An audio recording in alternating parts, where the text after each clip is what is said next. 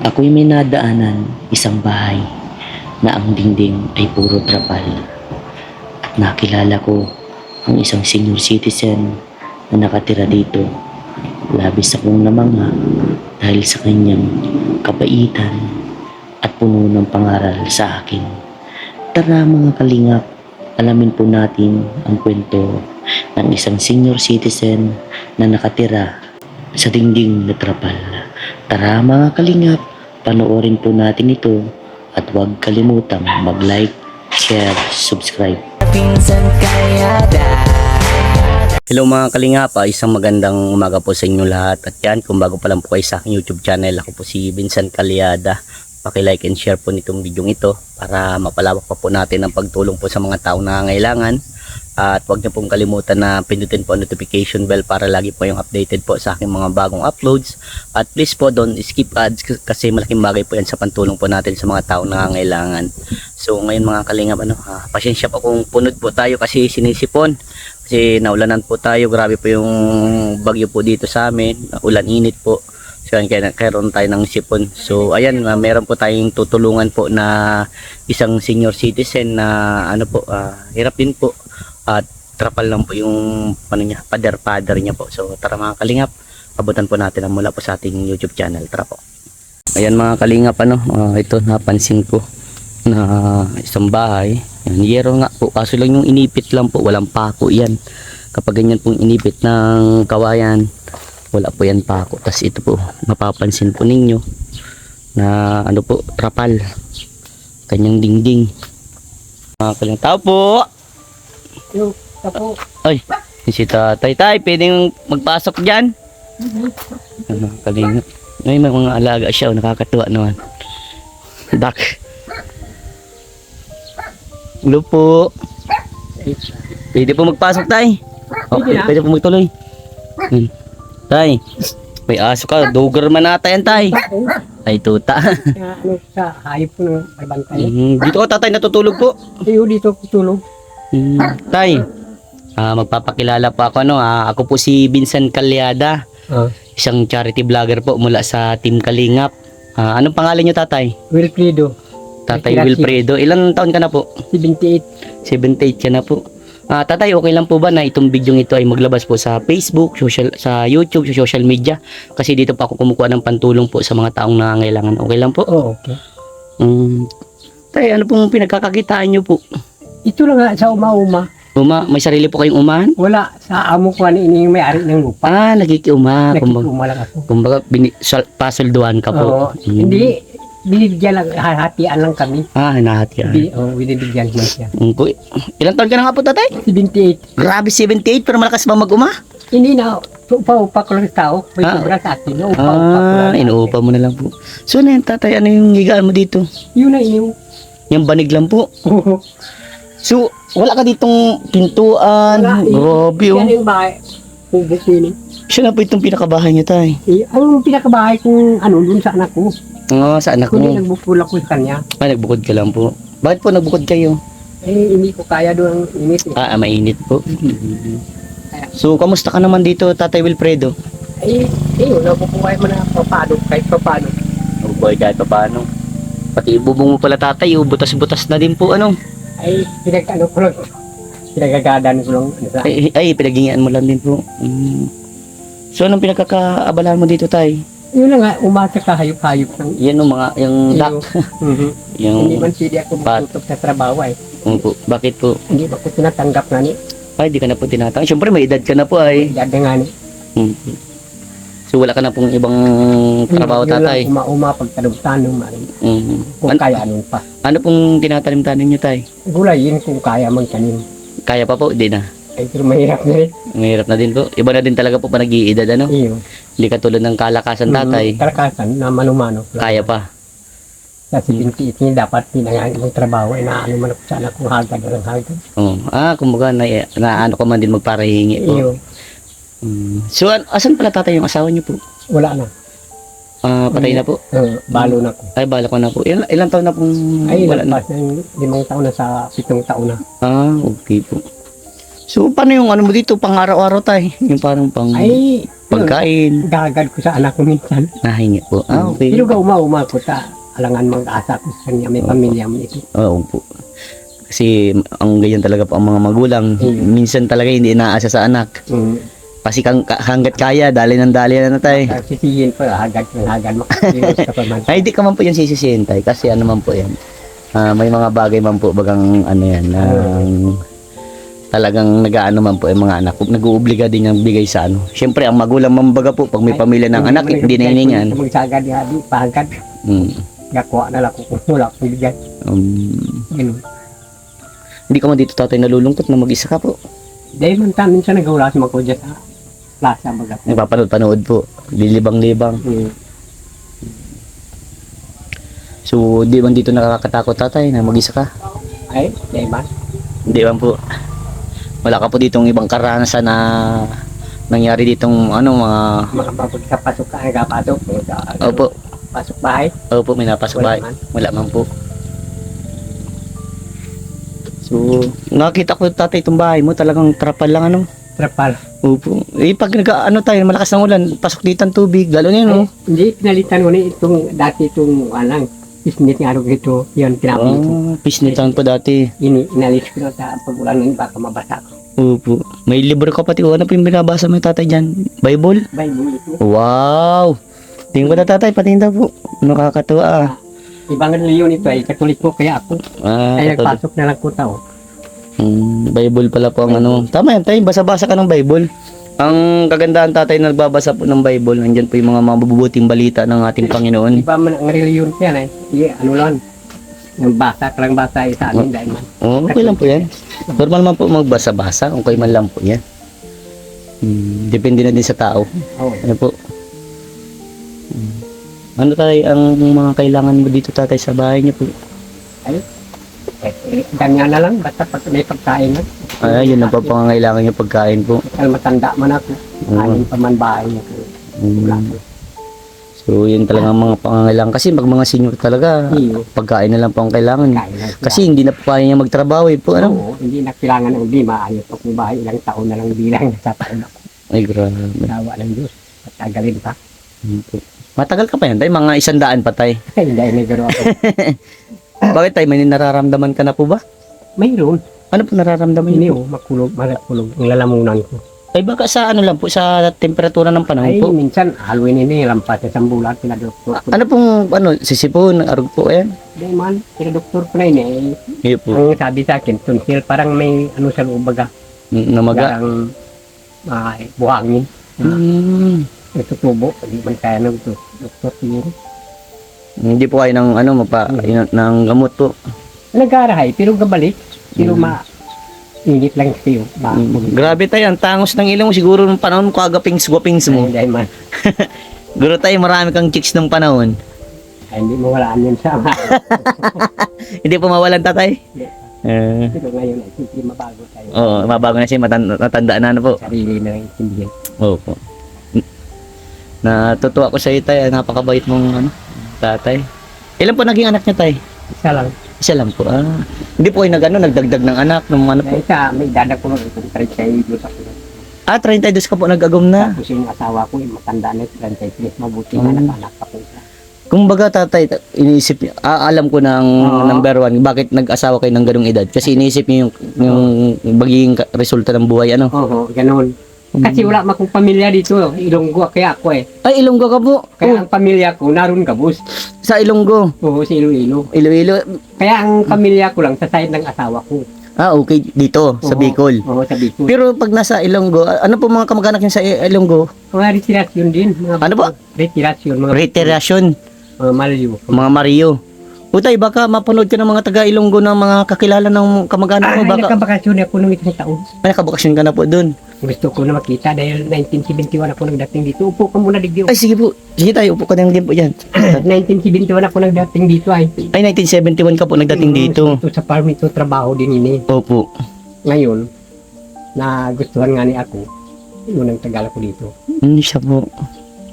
Ay sa lupa man, sanay ako dahil yun din panggalingan ko Sa Iloilo. Aniway, Opo. bayan ko. Ano pa bang pangunahing mga hanap buhay po sa sa Iloilo? Ay marami doon ang hanap buhay, may matubo, may palayan din. Tubo, palayan. Mhm. Pero ikaw po, ano ba yung trabaho niyo dati sa Iloilo po? Oo, Danaw din. Danaw din po. Okay. Lupa din. Hindi Opo. kinuha ko dito, sabi daw kumpanya. Opo. Kumpanya nga ni, farmland. Bako magkumpanya nga. Opo. Kaya- Kaya nagsama ka po. Kala mo po Nagsama ko dito. kumpanya ang papasukan. Kala ko pabrika. Opo. Kaya palang ganyan din kung alam ko pa kung ganyan din ako nagkumpanya. Oh. Kaya saka nagtagala ko dito, mabait ako dito.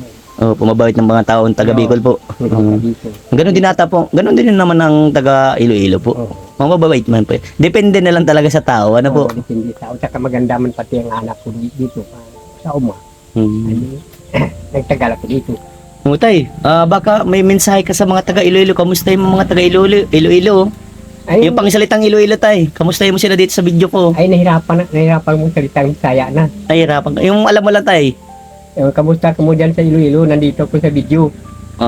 Sa dati nga natayo ako dait. Oh. Ako baga si Along Palayaw ko kasi pag-alis ko doon.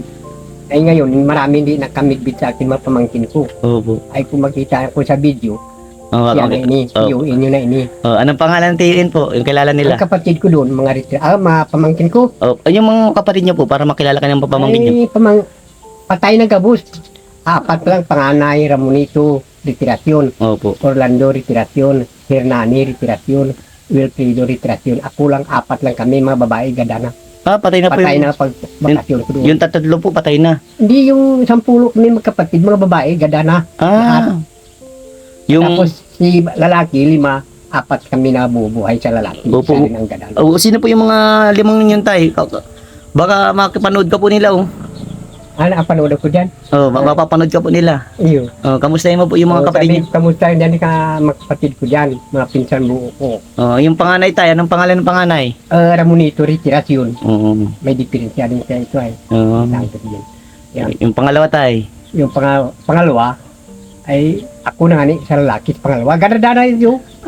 Ikaw pang pangalawa. Oo, sa lalaki. Opo. Pero mula sa bunso, pang-apat kaya ako ay bunso namin lalaki, Hernani, dun sa Pampanga. Opo. Tapos yung kapatid ko doon lahat sa Iloilo. Pero yung ibang mo pong kapatid, Wala na. Wala na. Ay, isa kong kapatid dito sa Pampanga. Isang pampangay. Ano po yung Ang bunso? Pangasinan yata yun, ang bayan nila. Bunso? Pangasinan. Bunso namin Ano yan. pangalan tay?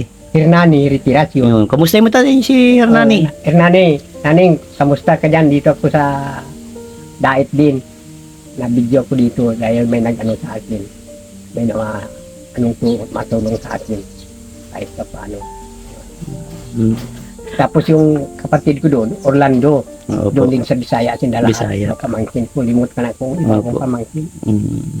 Elerna sa Manila, Opo. mga retirasyon dito. Mm. Sa mga biton, si Ima, marami, mga biton Mm. doon. Yun lang. Mm. Yung nakikita nila. Opo, mapapanood ka po ng mga taga Iloilo tay. Alam ko na mga taga Iloilo, mga mababait din po 'yan. At alam mo tay, malay nyo mailapit itong bidyong to, para makamusta man lang po sila Matagal na din ang isang taon tatay na nagbakasyon ka, di ba? Yung isang taon lang, Abril, isang taon lang ang Abril. Kumbaga matagal din tay. Matagal din. Oh. Mula pag-alis ko dito, na edad ko ng 25, ngayon ako nakabakasyon dito. Nakarang taon. Oo, Biro mo yun tay, katagal-tagal. Marli, Ilang araw ka lang po doon? isang simana lang. Pero yung tay, isang semana ka, ano nun tay, saglit lang yun. Salamat man ito na nakita. Nagpilit ako magsama sa pamangkin ko. Nakita ko papuntang Bisaya. Wow. Kaya nag-iba ko kahit paano. Opo. Yan. Maganda din sa tayo sa Bisaya, ano po? Ngayon, dati rin kami doon. Pero nagbago rin yung lugar namin sa araw din kami may mga site-site na. Bakit pa nagbago? Ay, ano mabigay ng mga gobyerno baga, Opo. Yung, Bigay lang, housing housing project. housing project. Kayo po, ganun din pambahay nyo dun. Hindi, iba na, iba may kaya na rin, pertinento na rin. Yung Opo. donasyon ng gobyerno Opo. nga ni. Opo. Yung iba may kaya, nakatpatayo ng sarili. Mm. Ay sa akin yan, donasyon din ng gobyerno yan. Opo. Kaya nakatayo rin ako itong markas ako. Opo.